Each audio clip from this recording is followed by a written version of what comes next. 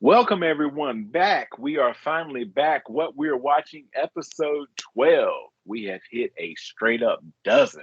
And I am here with my co-host, Big TJ. How are you, sir?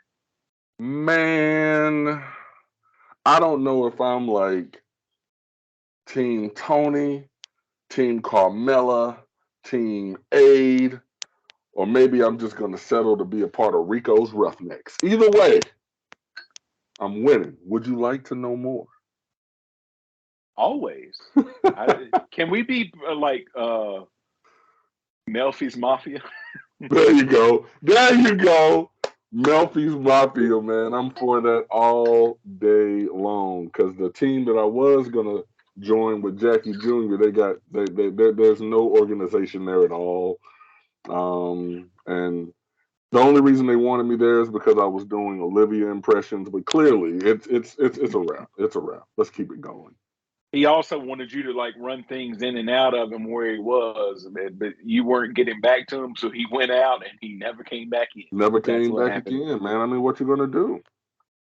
But R.I.P. we are, yeah, we are getting into the meaty part of season four, and a lot of things are going down.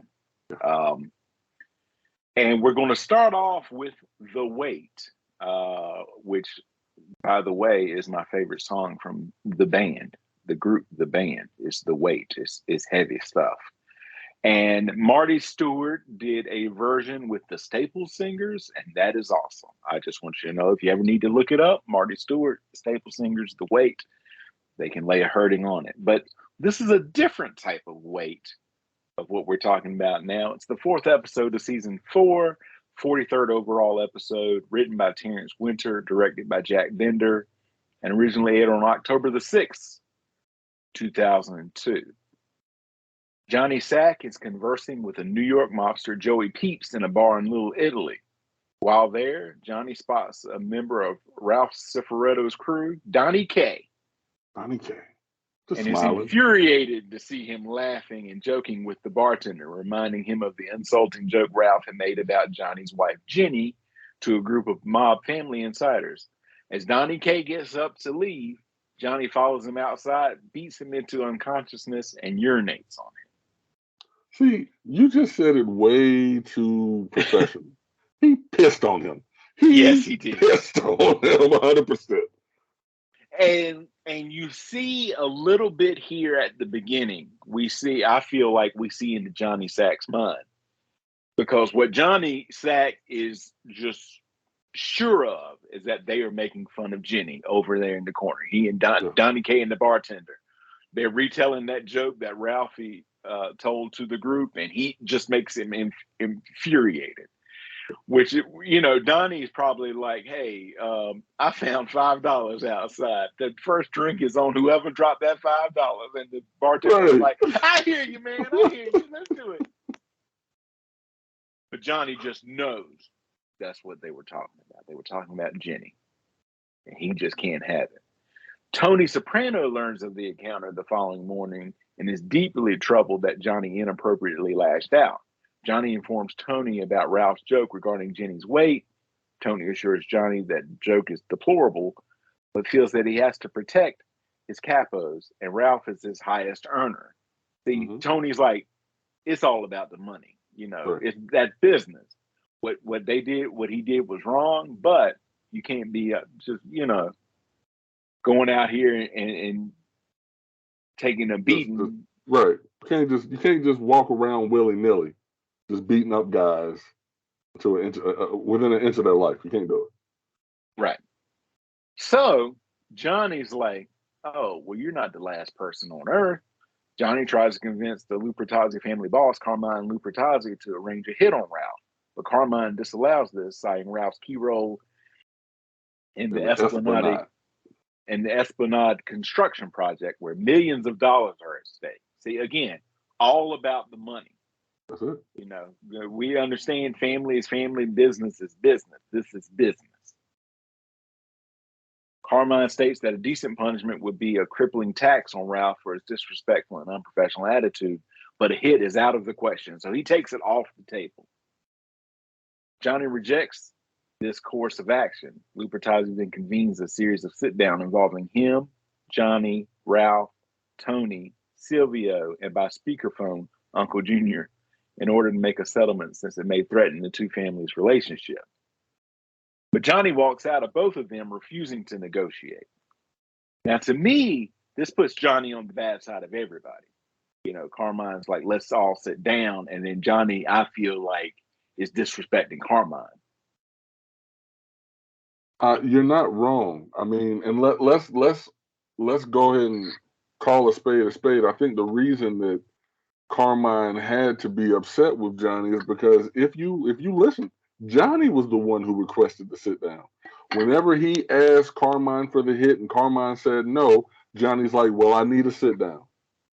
All the parties involved so we can get to the bottom of this. And I'm assuming when he thought when he got the sit down that things were going to be different. But if you saw like I did, the first one, as soon as Ralphie opened his mouth, Johnny was out.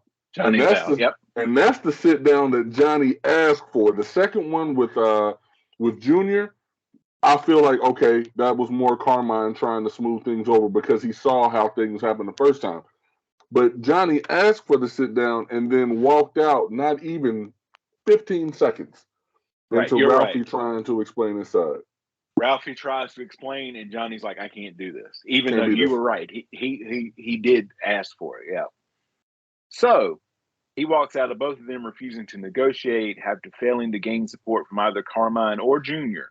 Johnny decides to act without authorization from Carmine and order a hitman to murder Ralph in Miami, where Tony sent him on vacation away from Jersey until the issue was resolved.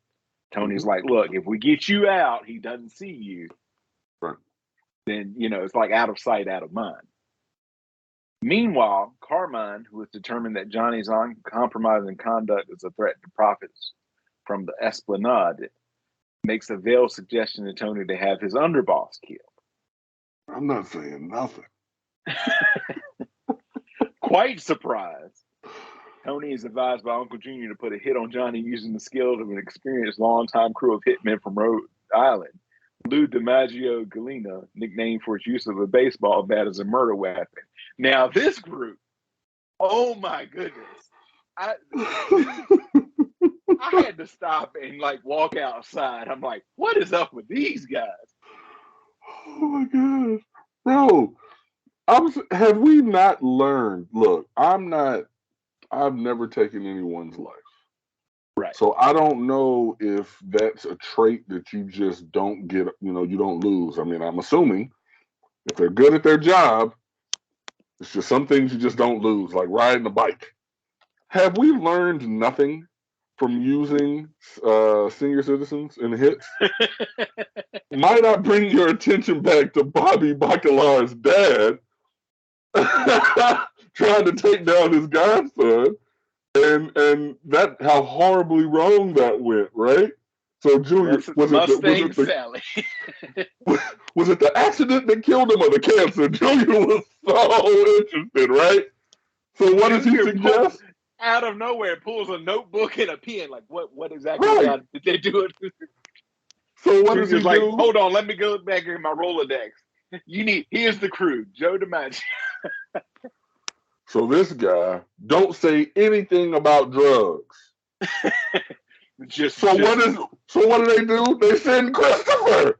Come on! It's as if as soon as Chris walked into the house, they could smell the drugs on him, my guy. And don't forget my favorite part, Silvio. Also, Silvio's like, I think Silvio in the back of his head is like, why couldn't I be sick today? Oh wait. Paulie's in jail. Paulie's in jail.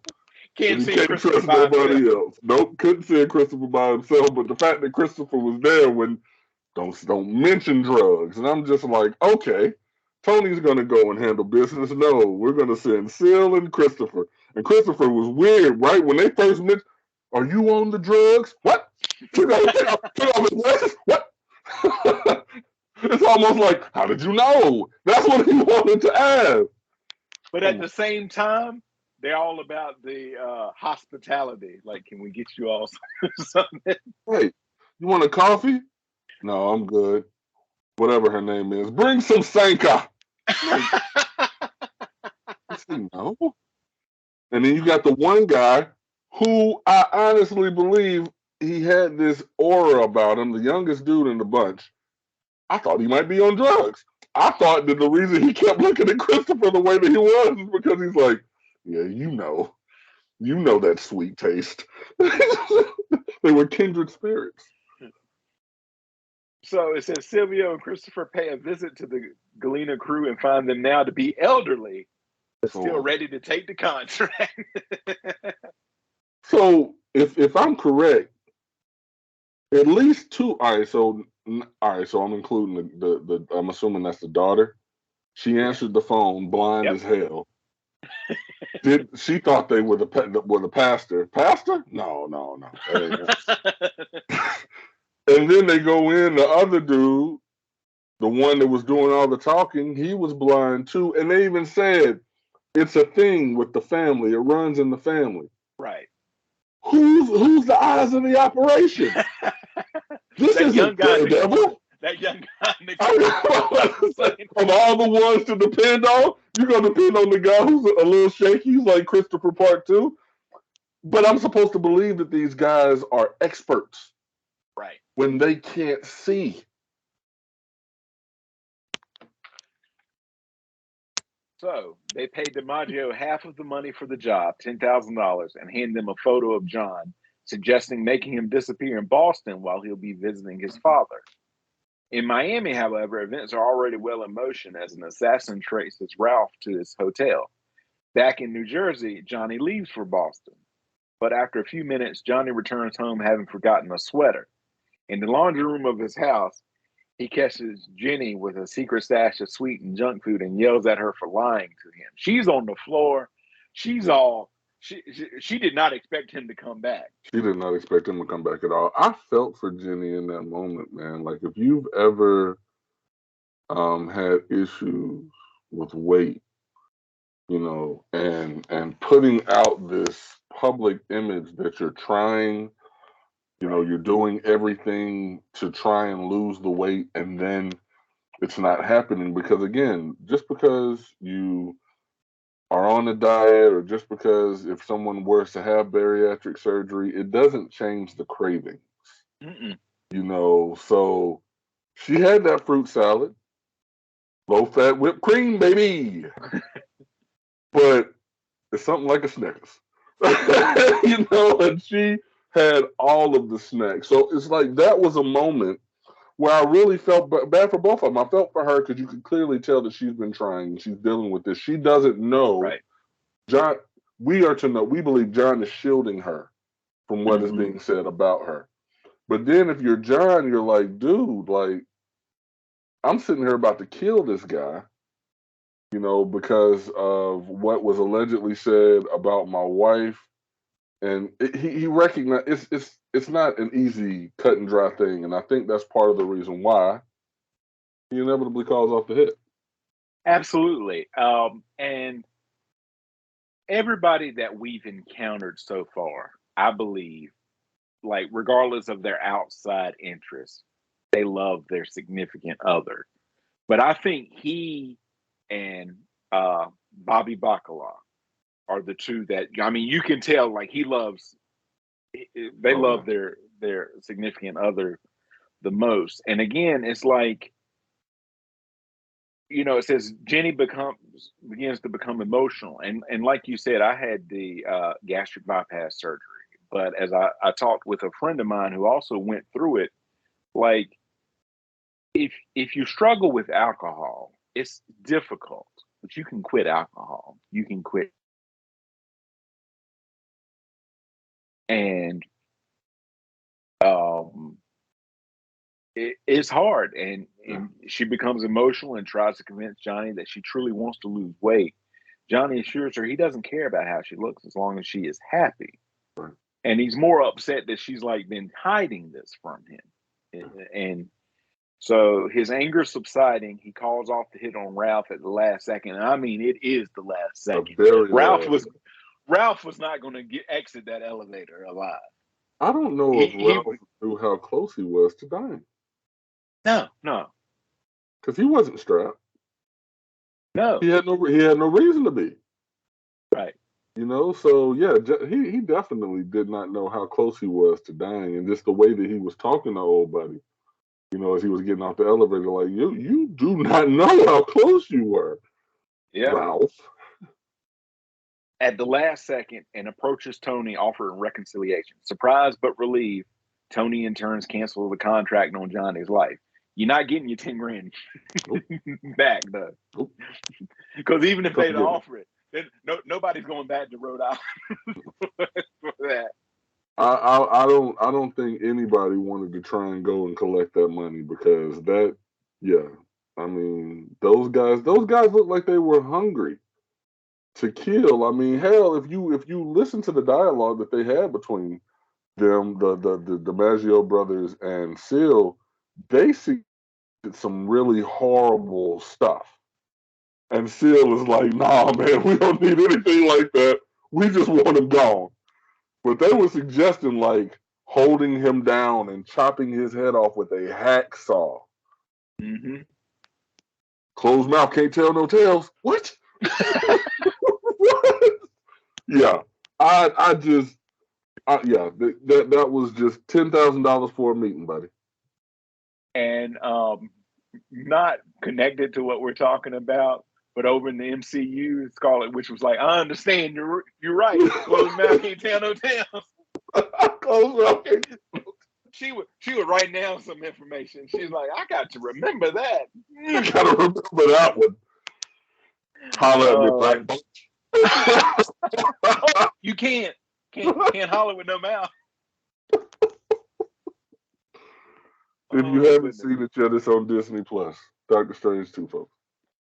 In sessions with her psychotherapist, Dr. Elliot Kupferberg, Jennifer Melfi discusses her son Jason's loss of interest in education and his unwillingness to be in communication with his father, which Elliot attributes to him feeling helpless following Melfi's unavenged rape. Melfi says she feels a fraud giving advice on parenting to Tony Soprano when her own son is not acting well. Meadow Soprano is urged by Kupferberg's daughter to join the South Bronx Law Center. Tony is not impressed given the limited profitability associated representing underprivileged clients and Meadow drifting away from her interest in becoming a pediatrician, something Tony would love her to be. Meadow disagrees with her father's advice and continues to volunteer. Meanwhile, Carmela is discontent and hurt by Tony's reluctance to engage in their family's financial security, planning with her financial advisor cousin Brian. Carmela is drawn emotionally closer to Furio. She takes along a discontented AJ as a chaperone. Again, AJ pulled into these things where he is just totally either oblivious or does not want to be there. Why'd you have to bring me? We're only here for 5 minutes. Just stay right there. To visit Furio at his new house to advise him on land zoning regulations. Later, when Furio throws a housewarming party to celebrate his new home, the pair dance together to sensual Italian music. And everybody's on the side like go ahead, go. Right. That was so hot for me, man. Like, I don't know what it is about old country dancing, but they don't dance like that anymore. They're holding hands and they're doing the whole thing, and they're walking like an Egyptian, whatever you want to call. I was enjoying it, like, and you could tell if Tony would actually pay attention, he could have seen firsthand a happiness that his wife was exuding that he just hadn't gotten in a long time. It was obvious. And folks, this is a little preview for an upcoming episode that we have. All this, he's oblivious. But let Junior be on the phone in 3 countries over and say, he was never varsity material. And Tony would have torn that house apart. He's never been a varsity athlete. His wife could be dry humped over in the corner by Furio. He's like, that's a little strange dancing going on, but I like it. Right. He was never varsity material. What is it with you? What is it with you in this? Bringing this back up. Well, we'll get to it. We'll get to it. The following evening, as Carmela lies in bed, Tony presents her with flowers and a slim designer's dress from Saks Fifth Avenue, which he asks her to put on. Carmela does so, and Tony compliments her figure. They begin to kiss, and as they're about to have sex, Meadow plays the Italian music from Fury. I thought at first watching this, I It thought it was was in going her on in head. her head. I thought it was in her head. Yeah. Me too. And I'm like, does Tony know what she's thinking about? No way. And then you're like, oh, okay. But the thing about it, so all right, so Meadows playing it, ultimate cock block right there for Meadows. She didn't even know it, but she plays the music. So now we see Carmela thinking about somebody else while she's being with her significant other. So much small, subtle stuff happened in that scene. If you're watching it, realize this entire episode has been about Johnny Sack and his disdain for Ralphie because of a joke that was made about Jenny. Mm-hmm. Carmela pulls out the dress. What size is this? With a smile, Tony says, small. Mm-hmm. And then she goes and puts it on. She's like, I don't know if it'll fit.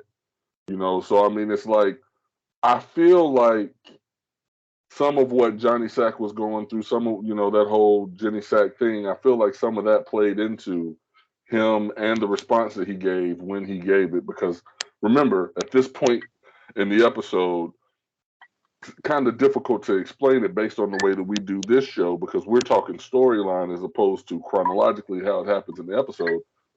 We've seen all this come about with Mm-hmm. Johnny Sack. So by the time we get to this point in the episode and he's giving her the dress, Tony has been fully immersed in everything about Johnny Sack and what is deemed as an unattractive woman because she's so big. That's the way they played it. So there was a lot going into that scene. And then also we're going to see in a couple of episodes Tony's response to being in the doghouse or saying something dumb. It's to throw money at the problem. So that was just a shining example. Right. Carmela interrupts Tony's advances, bangs on Meadow's bedroom door, and tells Meadow to turn it down. After she turns it down and leaves, Tony and Carmela resume the intercourse, but Furio's party music is still playing in Carmela's head. Mm-hmm. So, title, The Wait, refers to the joke Ralphie made about Jenny's weight and no-show, which Johnny Sack eventually learned about from Paulie. Joke which almost cost two arguing mobsters their lives. The title could also refer to the emotional weight Carmela is feeling when she is caught between her responsibilities as a wife and mother and her burgeoning desire for Furio. And as I talked about at the beginning, I had forgotten about this because I had done these notes about 2 weeks ago. I talked about this, the title of the band's most famous and well-known song. The episode title could be a nod to Martin Scorsese's rockumentary about the band called The Last Waltz, giving chase as many references to Scorsese's body of work. When Ralph calls Johnny Sack to deny he told the mole joke, Johnny says that he should have let Tony cut off Ralph's head a year ago, talking about when Ralph and Tony were on the outs. Which, before we moved on, I thought about this a little while ago because I'm sitting here like Johnny Sack coming into this episode, for the most part, has been the voice of reason. Mm-hmm. We go to Johnny when we need Johnny to smooth things over between Tony and Ralphie. Right. Ralphie killed a girl. He beat that girl to death, and Tony wanted to kill him off of that. They're like, oh, you gonna kill him off some skis? Like, bro, that is still a person. And he was the voice of reason of that. But you have unverified sources, somebody who was in jail whenever the joke was told, telling you, oh, this is what was said, and you ready to go all out, balls to the wall, World War II, when this girl lost her life, and Tony wanted to act on it then, and he's like, nah, you shouldn't do it. Johnny shows, that just to me, shows every person, even the most coolest person, they have a breaking point. He went And to the Will Smith school of chivalry. and Tony, I feel like got like not necessarily that he knew about it ahead of time, but that he gets probably like a feeling in the back of his head when he learned that Johnny Sack and his wife had moved to Jersey. And remember when he said, it's like everything is cool, but he's like, Right. there was just something there. And this is before all of this happened. Yep. He just like, yeah, there's something there. One of the elderly hitmen that Silvio and Christopher meet is Frank Krisky. Krisky, played by Richard Bright, who also played Al Neary, a Corleone family member and assassin in all three Godfather movies. In the episode, the character talks about killing a Tommy Neary, who was Al Neary's nephew in The Godfather. Other Godfather references abound. When Tony comes to visit Ralphie, he is offered a bag of Florida oranges. In The Godfather, oranges are present whenever characters are murdered or die. Part of the episode revolves around the attempted hit on Ralphie in Florida. So now we pivot to Pie Oh My. Pie Oh My. Pie Oh Mine. No, Pie Oh My. My. You're what? My. Pie Oh My. The fifth episode of season 4, 44th overall episode of the series, written by Robin Green and Mitchell Burgess and directed by Henry J. Bronstein. Originally aired on October the 13th, 2002. And hold on, where is it at? I've got to look it up because I do believe Robin Green plays Angie Bonfensera. So I'm just going to double check that because I know that she was involved in the writing and other things. That's how she originally got that part. But I just wanted to double check that.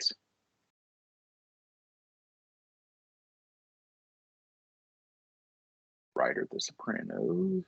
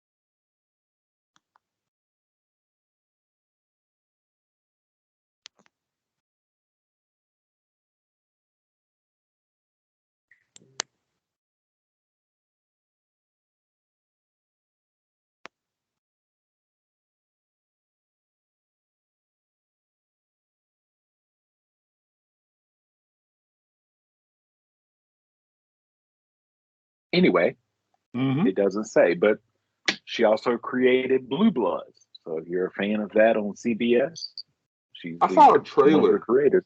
I saw a trailer for that show. It's got Tom Selleck. It is Tom Selleck. His mustache is luxurious. Yes, indeed. Ralphie's racehorse, Pie O My, wins the Belmont Stakes and makes a lot of money. Ralphie gives Tony some of the winnings.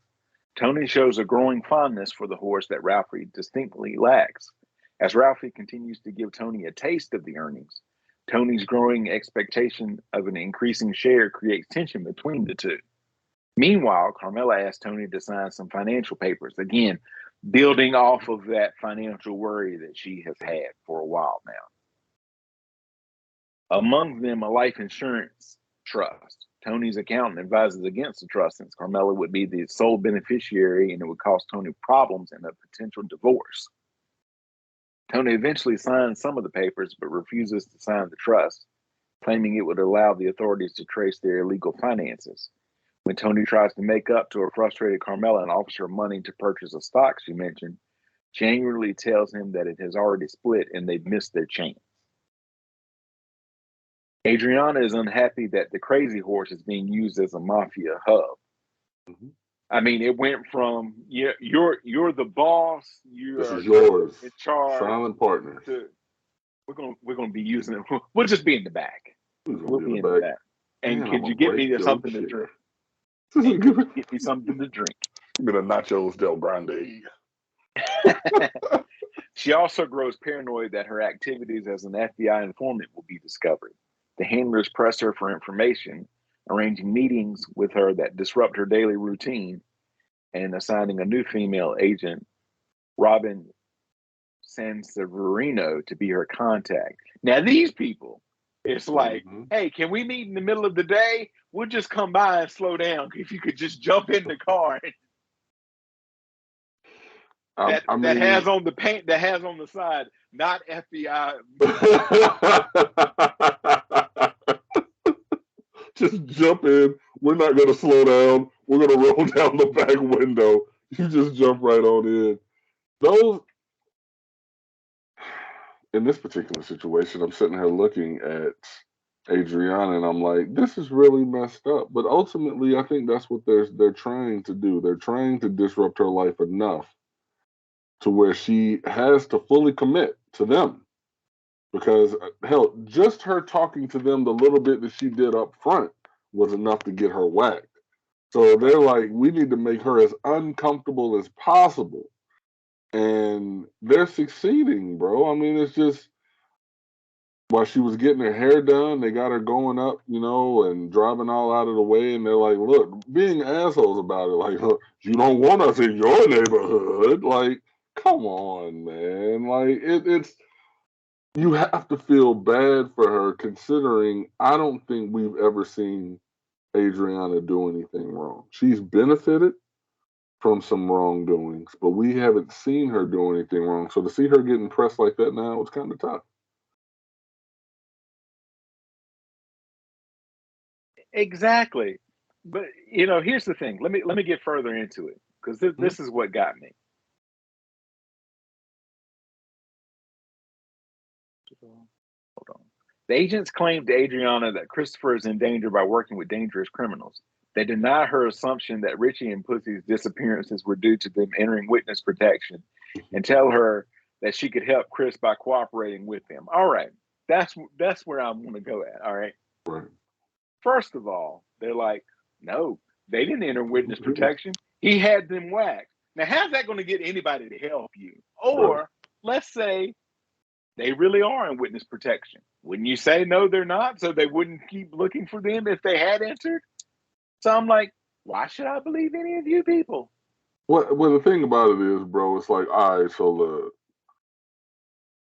they had to play it the way that they did. If they told her, yeah, Big Pussy was working with us and he's not in witness protection right now, then okay, Adriana, we had somebody working with us. He's not in witness protection now, and y'all ain't found him. So what? It's a double-edged sword. It can Right. scare her to the point to where she sides with the FBI, or it can scare her to the point to where she goes AWOL altogether because she damned if she do, she damned if she don't. Right. Holy. Adriana avoids going out with Chris for dinner with Tony and later approaches him with an idea to move to California and start a new life there. Chris dismisses her words about him as negativity. Adriana tells the FBI about Patsy's steady income of illegal suits. After returning home, she relieves stress with an injection of Chris's heroin. Janice continues taking an interest in Bobby. She interferes in a conversation between the new widower and Mikey Palmise's widow, JoJo, then gives a dinner that JoJo had made for Bobby the Jr. In trying to get closer to Bobby, Janice takes credits for Carmela's lasagna and advises him to get over his grief by focusing more on his work.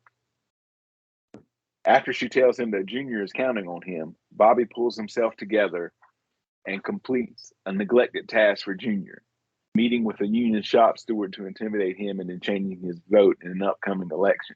Junior's like all about selling her out, though. He's like, that's Carmela's lasagna. Little pieces of sausage, a thin layer of basil under the cheese. Carmela's lasagna. He's like, he knew it. He knew it. And Bobby's sitting there like, yeah?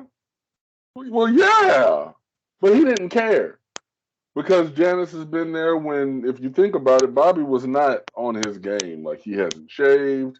He looks like he's got the salami sweats. He's just sitting in the kitchen, just looking down and upset.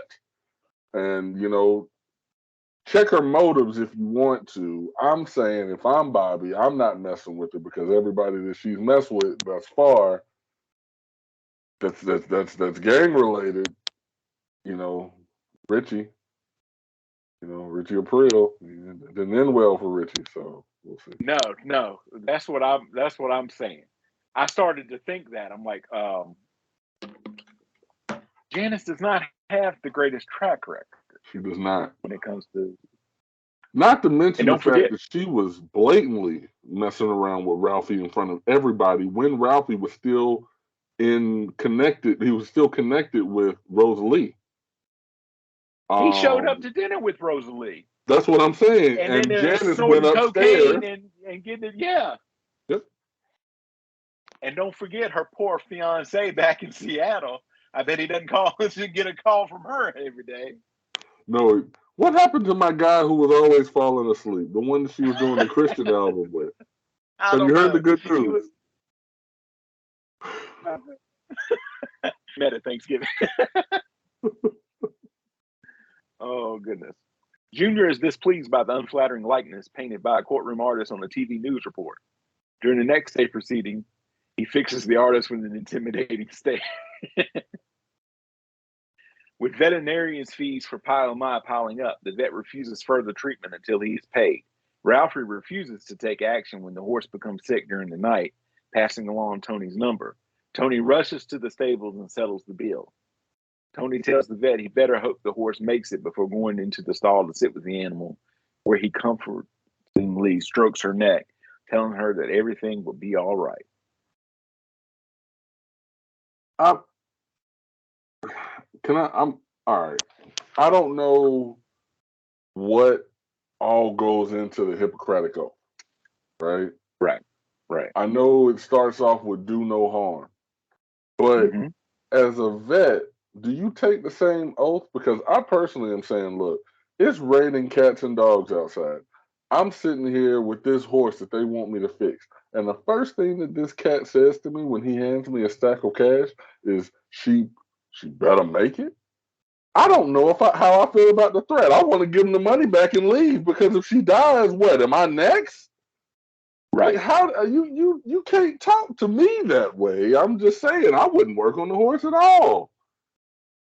And that's the thing. Like, I get what you're saying about the Hippocratic Oath. I fully understand and appreciate that. But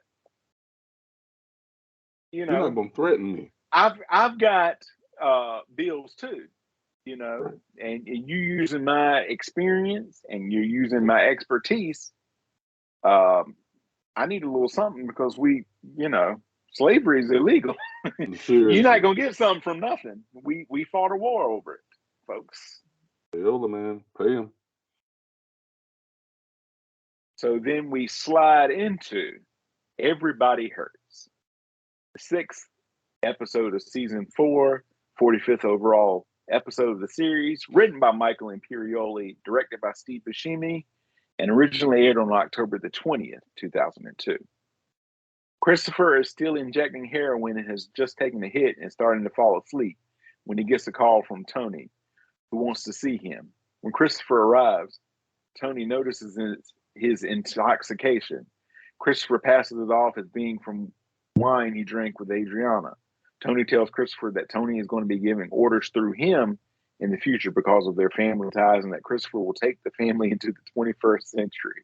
And Christopher tells him it's already the 21st century. Not the time, Christopher. Not the time at all. Not the time at all. Even though you're outside, read the room. I get you. I'm going to take it far into the. Yep, I'm totally with you, Bob. I got you, Skip. That's all I had to say. I got you, Skip. What does he do? I want to correct this man. And he asks legitimate questions. What about Seal and Paulie? Because if not thinking about how Seal is going to take it, I can already Imagine. Paulie is going to lose his shit. And Christopher is taking into consideration, look, I gotta work with these cats, bro. Like, Right. all this while he's high. So that's a lot to get laid on you when you're tripping like he was. He was tripping. Sure, because he's thinking back, look, I'm a made man, but they're still searching me. They're still patting me down. They're going through, they're sniffing her panties. I'm having to pay every time we go out, which comes in a few episodes, folks. But so he's thinking about this, but Tony's like, just trust me. That's what he's telling him. Trust me. AJ hangs out with his friends Matt Testa, Patrick Whalen, and Jason Malentesta, and his girlfriend Devin Pillsbury. They discuss his father's involvement with organized crime and if their family's life is similar to the one depicted in the Godfather films. When AJ reveals that Tony owns the Bada Bing strip club, the group decides to visit. So they're going on a little school field trip. Unfortunately, AJ gets confused and they end up at Satrielli's instead.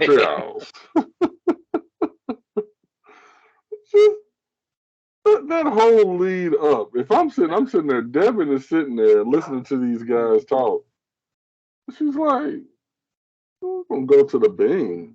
And he's like, they won't let us in. We'll get carded. He's like, well, we can just stand outside and watch the strippers go in. Like, clearly he ain't been to the Bing because those girls live there. They are always on stage, always dancing. And they remember where they're at 24/7. Always. I will always remember where I was this day. In bed, Tony and Carmela discuss Furio. She wants to set him up with her dental hygienist, Jessica. She also tells him that she has learned that Gloria Trillo recently killed herself by hanging herself from a chandelier. So rest in peace, Gloria. We hardly knew you. Rest in peace, Gloria. Again, huge crush on you when you're in the hand that rocks the cradle. I miss you. Tony can barely conceal his shock at this news. He goes to Globe Motors himself to find out more details.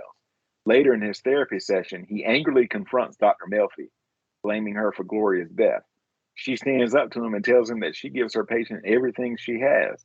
Tony relents and reveals that he is actually feeling guilty himself, as he could have cared more for Gloria, but instead he cut off their relationship. Artie Bucco has a new French hostess at Vesuvio. I don't know how to pronounce this. It's Elodie Colbert. Yeah, that's not Elodie. Yeah. And his relationship with Charmaine seems even more strained. Elodie's brother, Jean-Philippe, has a business proposition for Artie. He wants to borrow money to buy distribution rights for Armagnac, claiming it to be the new vodka. Artie is sucked in by the deal and tries to borrow money from Ralph Cifaretto. Ralph refuses because he would not be able to hurt Artie if he did not pay Ralph back due to his friendship with Tony. But go ahead and quotes Artie. He's like, I got to get 2 points from you, Artie. Well, if you're not going to give it to him, why are you quoting him 2 points? Hoping that Artie's like, oh, well, that's too much. I'll just, never mind.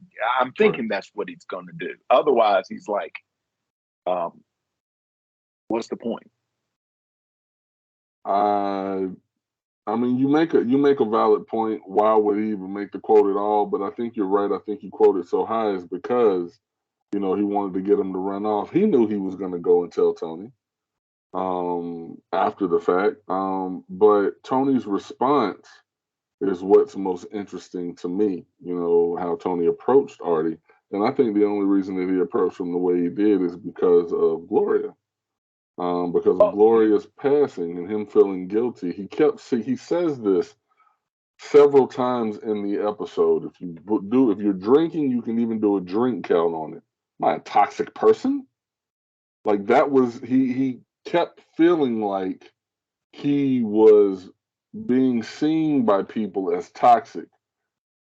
That's why Gloria killed herself. That's why Artie went to Ralphie as opposed to coming to him. All these things are because he is such a toxic person, and he's trying to go the opposite route. Same thing with Janice. He wanted to, have that little sit down with Janice to again show that he's not a toxic person. Right. So you're right. He goes to Artie's home and is like, why didn't you come to me first? He's upset. He offers him the money himself. Just after stepping out of Artie's home, Tony takes a bottle of Armagnac and drinks it straight from the bottle. He then has a dream about Gloria. Still carrying the now near empty bottle, he visits her home and finds her in a black dress, very similar to the one she wore the night Tony showed up late for her dinner, but with the addition of a long black silky scarf around her neck. She invites him in, saying that dinner is almost ready.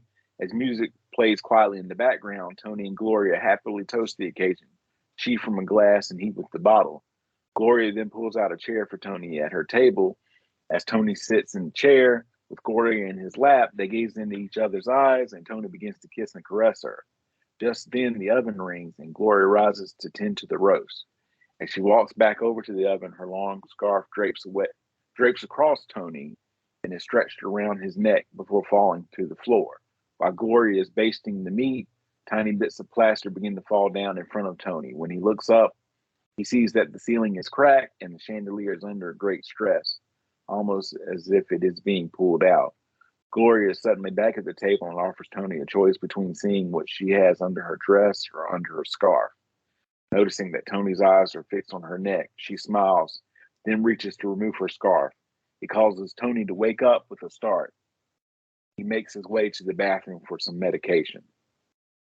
He is having serious doubts here.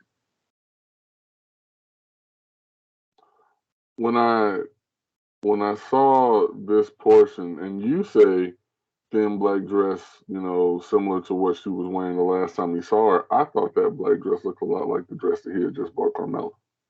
For Carmela, I think you're supposed to get that same just look there. Brian, the Sopranos. I know hold on, it's frozen. Let me turn it off. Turn it back. There you go. I got to see that face, buddy. There we go. There you go. Now you got a face. Folks, I'm sorry. It's been raining here and it sometimes messes with the thing, but there we go. Blame it on the rain. Yeah. Are you going back there? All right. Let's get focused. Brian, the Sopranos' new financial advisor, pays them a visit, and Tony signs the paper for a new living trust to Carmela's delight. Tony also puts Brian in touch with Patsy as he spots Brian's taste for fine tailoring. Later, AJ and his girlfriend Devin are interrupted by Carmela while making out on the sofa. They leave to find somewhere quiet. Devin orders car service to take them to Meadows' work in the South Bronx, as AJ thinks she might let them use her dorm room at Columbia in New York City. They are shocked by the neighborhood where Meadows volunteers and disappointed when she does not allow them to use her room for sex. Like, is this even Manhattan? The guy was like, no, it's the Bronx, bro. And as soon as they get out the car, he locked the door. AJ's like, don't leave. Don't leave. Like that AJ whole thing. AJ discusses with his girlfriend how he lucked out to having been born in a rich family when other people have to struggle to make a living. Later on, AJ and Patrick visit Devin at her home, and they learn what it means to be rich. What it means to have money, right? Which is vast, protected by security guard posts, and filled with such artifacts as Picasso original paintings and in mint condition first pressing of the Beatles' Rubber Soul. AJ is shocked and somewhat intimidated by Devin's wealth and tells her that she should have said something. Because he's sitting there talking about, I got a housekeeper 3 times a day. Like, wow, I'm so special. Nah, bro.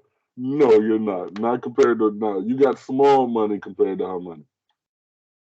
Tony continues his string of good deeds by organizing a night at the Billy Joel concert for Carmela, Christopher, Adriana, Brian, and his wife. Adriana pulls out, afraid of spending too much time with the people she is supposed to be collecting evidence about. This makes way for Carmela's planned date for Furio and Jessica, although once they're there, she seems less than happy with her matchmaking. Tony also treats Janice to dinner at Vesuvio. They get along well for once, remembering their mother's fondness for sucking marrow out of bones. Tony congratulates Janice on her relationship with Bobby. Janice responds by telling Tonio that he always reaches out for her when it counts. Artie delivers Tony's money to John Philippe outside Vesuvio, trying to avoid Charmaine noticing anything. Later, he is unable to get a hold of John Philippe on the phone. Elodie distracts Artie by flirting with him. Artie eventually decides to visit John Philippe at home, prepping himself in the mirror and rehearsing the conversation on the way, trying to look as intimidating as possible. When they meet, John Philippe implies that he will not be able to repay the debt, and Artie attacks him. John Philippe gets the better of it and rips out Artie's earring before throwing him out. Artie goes home, overdoses on alcohol and pills, and calls Tony, who is just finished having sex with an Icelandic woman. Artie apologizes and declares himself a failure. Tony deduces that his friend is trying to kill himself, so he phones an ambulance. When he visits Artie in the hospital, Tony is angry and sympathetic at the same time. After mentioning that Artie missed his first payment, Tony allows Artie to clear his tab at Vesuvio in lieu of payment and then assumes responsibility for collecting the debt, so that Artie no longer owes him money. Artie expresses admiration that Tony can think 20 steps ahead by subconsciously foreseeing the deal going bad. Tony is furious at the suggestion.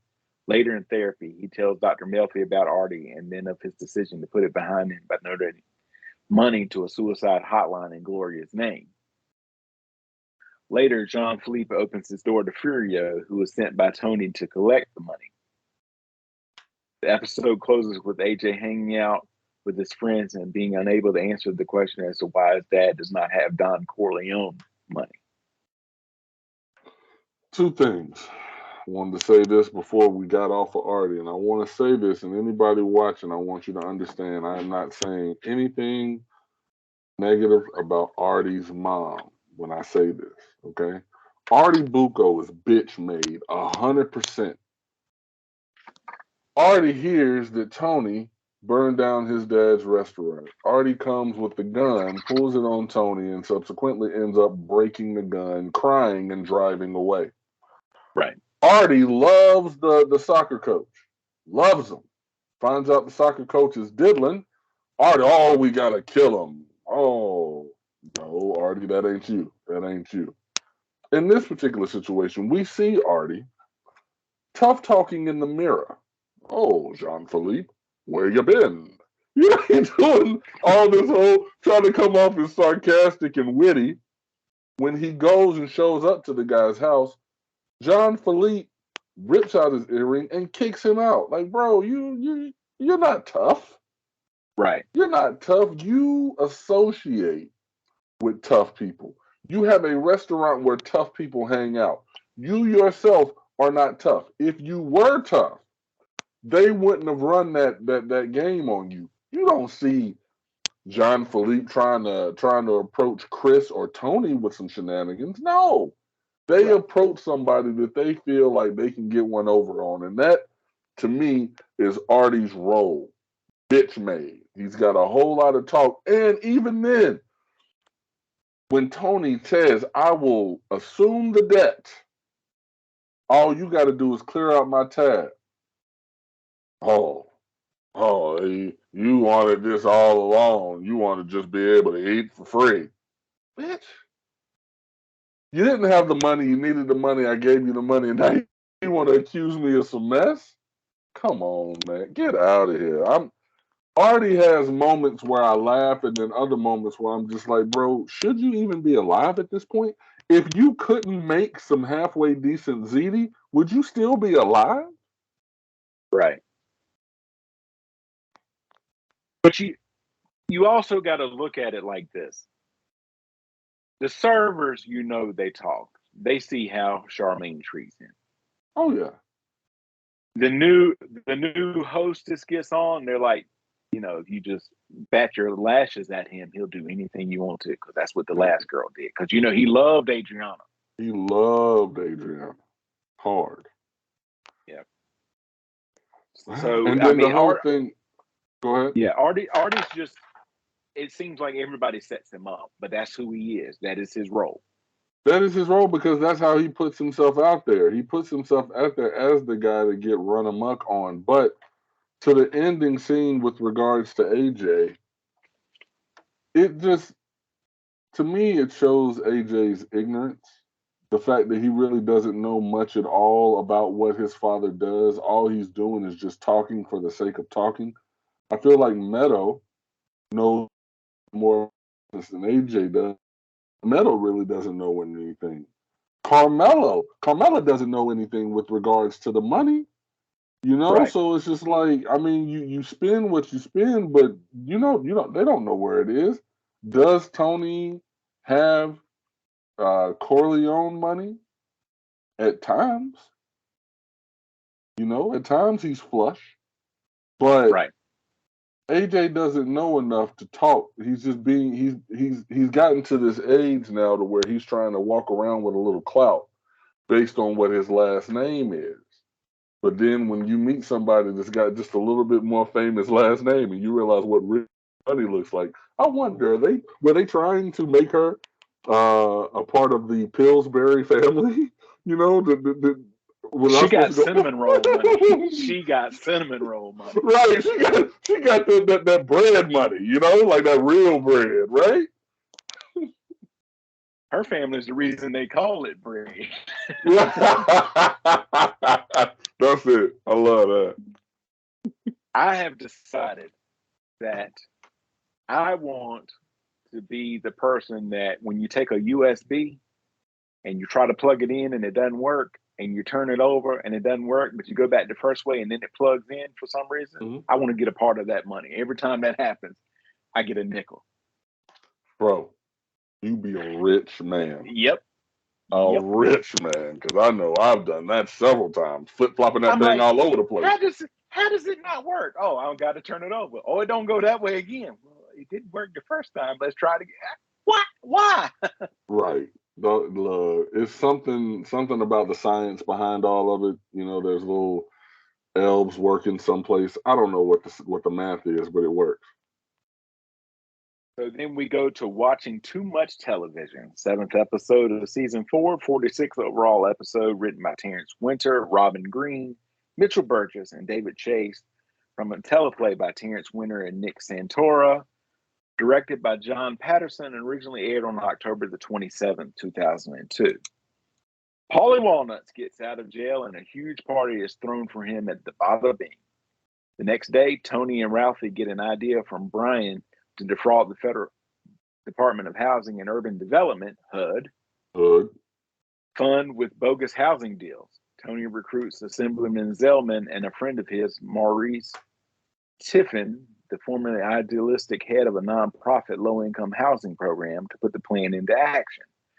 They also recruit Dr. Ira Freed as a straw buyer to initially buy derelict poor neighborhood property. After one of their clandestine business meetings at a sauna, Zellman privately confesses to Tony that he met and has been seeing Tony's ex-girlfriend Irina and asks Tony's approval. Tony seems to be understanding and claims he is happy Irina is no longer his problem. Later, during an unannounced visit at Zellman's house, Tony finds Irina making lunch for him and learns Zellman is paying for her English language classes. And Tony's not so much happy at that point, but that's a little bit later on. Adriana's surreptitious meetings with the FBI continue. After seeing a drama show on television, she gets the idea that a spouse cannot be forced to testify against her marital partner. Believing the FBI will stop hassling her if they can't use her testimony, she asks Christopher to finally set a date for their wedding. When he mentions having children, she also tearfully reveals to him that she could be sterile, which greatly angers her fiancé and sends him storming out in a fit of rage. Christopher gets high on heroin and seeks advice from his crime family members who, except Paulie, urge him to marry Adriana regardless. With Tony believing modern medicine could solve infertility, and Silvio jokingly cautioned him that he could become like Junior, or worse, Paulie, by being single. Christopher returns to his fiancée and agrees to marry her. Adriana discloses the news to her friends and family, with Carmela being the first to hear about the marriage plans. However, later, during casual conversation with her friend when trying out a wedding dress, she finds out that marital privilege may not apply to her after all. She secretly goes to a lawyer who tells her that marital privilege will only apply to conversations that take place after they get married, are not in the presence of a third party, and do not further any criminal enterprise. And knows as no incriminating conversation she's ever had with Christopher meets all these criteria, marriage will not solve her legal problems. This is reinforced by the FBI agents, who discuss the likelihood of her nuptials amongst themselves and voice no serious objection, being marginally in favor of the proposed union. Adriana is later seen cheerlessly unwrapping her bridal shower presents in front of friends and family. So a lot to unpack there. So I feel for her, but that's the name of the episode. Too much television. You sit there and you watch this stuff and you believe it's true because of the show you watch. I'm watching Crime SVU. This must be the truth. And then her homegirl was like, nah, baby. They did a whole episode of Murder She Wrote about the same thing. Like, they could compel you to testify. It I felt so badly for her. And this one thing that I'll say, if anybody is watching and you still have not watched an episode, this show, it pulls on so much of your emotion. I'm sitting here looking at Adriana, who's got this heavy weight on her shoulder that the FBI is trying to get her to turn on her fiance and his crime family. She says to Christopher, let's get married. In her mind, she's doing it to no longer have to be in the crosshairs of the FBI. And what does he say to her? Why didn't you tell me you were damaged goods? Yeah. I would have never proposed to you if I would have known this. All these disparaging things he drops at her feet. She can't do anything but cry. And then he comes back and says, yes, I'll marry you. So yes, she has relief, but the relief at what cost? This guy he has a drug problem. He has an anger problem. You know how he feels about you and your body with regards to you maybe not being able to conceive. And now you also know that you could potentially still be called on to testify. So you got all four of these things in a pot. What do you do? Just, caught between a rock and a hard place. She's just straight in the middle. Poor Aid. Tony takes AJ for a ride, describing for him his family's proud history of dedication to work by showing him the church in Newark that his stonemason grandfather helped build, and teaching him a business lesson to buy real estate by taking him to see the rundown houses that he bought for the HUD scam. However, to AJ, his interest in the old times goes only as far as being surprised how little room service would cost in hotels back then. AJ only gets impressed by his father when he talks back to and insults a drug dealer and his crack addicted sister. AJ. Again, there's a time and a place for everything. I don't know what crack hole? So that's a crack hole. Really, bro? That is the whole thing that you pull away from this. Do you not know how close you and your father were to getting shot in the face? That man did not give a crap who was in that driver's seat. He didn't know it was Tony Soprano, let alone did he care. Smoke, blow, or crank. Which one are you here for? You don't just pull up looking. That's exactly what the man said. He didn't care who was in the car. And AJ is completely oblivious to it because he's in this bubble of protection that Tony has created. And yeah, he had no idea at all. But the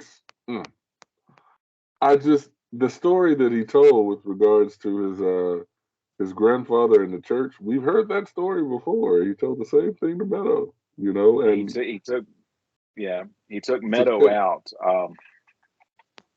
Check to the the same responses. thing. If you think about the way each child responds to that story, and it says a lot about where that child is maturity wise and everything. Tony speaks out about his frustration with his son to Dr. Melfi, but she shifts her focus to warning Tony to control his unacceptable outbursts of anger against her during their psychotherapy session. Before selling the acquired real estate to the federal government, Tony tells Assemblyman Zellman that the crack addicts should be moved out, especially since there's about $7,000 in copper piping where they squat, and threatens him with a lighter payment if the situation is unresolved. Since using white thugs in the ghetto would rouse suspicion and believing police would only solve the situation temporarily, Maurice Tiffin is paid a visit by Zellman, and after some threats of earning less from the deal, told to take care of it by sending in some gangbangers. 4 young armed teams show up at the property. I was getting some strong Brendan and the 18-wheeler vibes from these guys when Brandon they show up. Filani. Yeah. You know, he drops the gun, the guy gets shot. I was getting some serious vibes. 100%.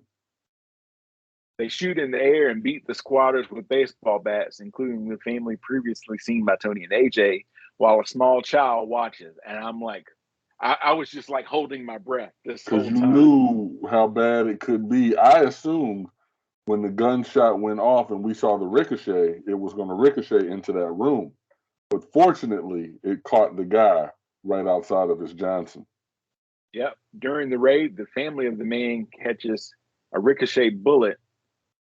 The man of the family, rather, catches a ricochet bullet and is wounded in his genitalia, is what the thing says. Later, a crew led by Vito Spatafor can be seen at the houses. Under the pretext of innervating the old wires in the innervating the old wires in the homes, they are stripping the houses of its copper pipes and marble mantles. Dr. Freed sells the land to Tiffin's organization at 3 times his purchase price based on fraudulent appraisals and receives his sale price with funds loaned from HUD. Zellman and Tiffin get paid at the Bing. They discuss the deal and dispense with their lingering moral compunctions.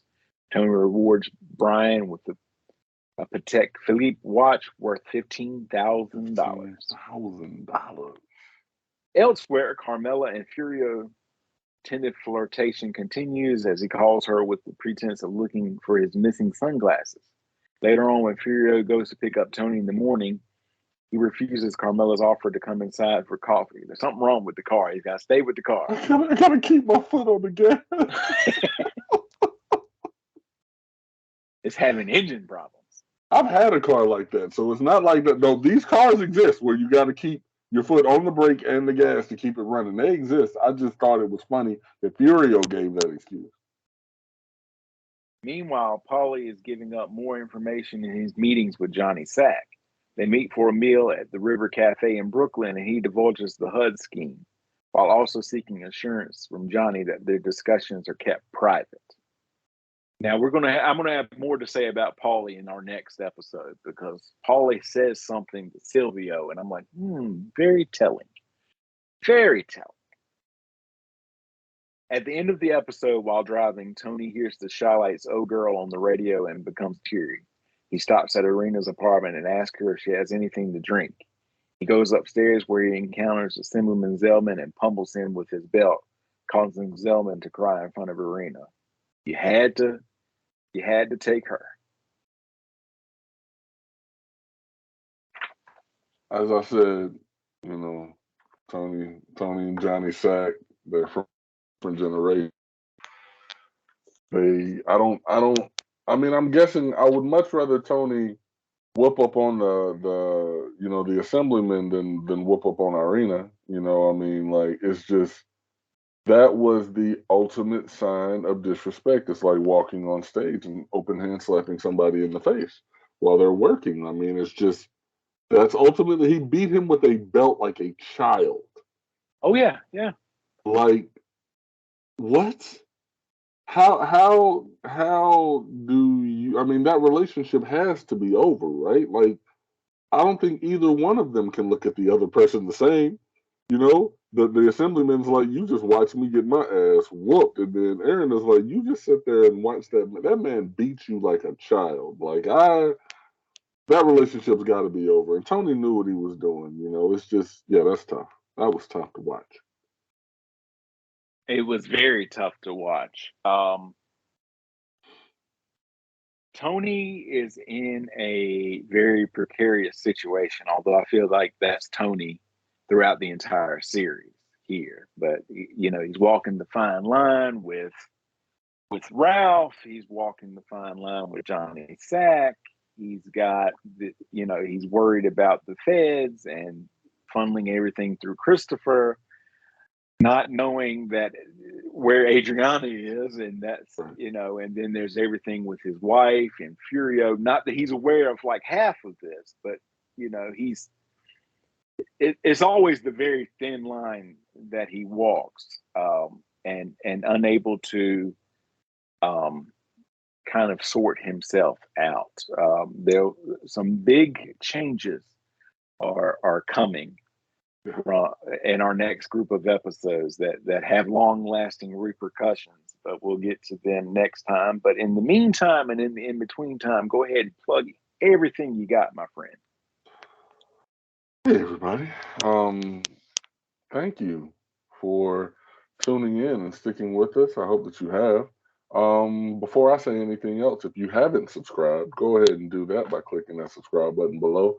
If you'd like to hear more from me, I have podcasts out there wherever you catch your podcast. The Tokyo Smoke Show is available wherever you want it. I have the last Tokyo Smoke Show of 2022 coming up this month. I'm going to be the subject of an interview by the real Joey Harris. So he's going to ask me some very candid questions, and I'm going to give him. I promised him.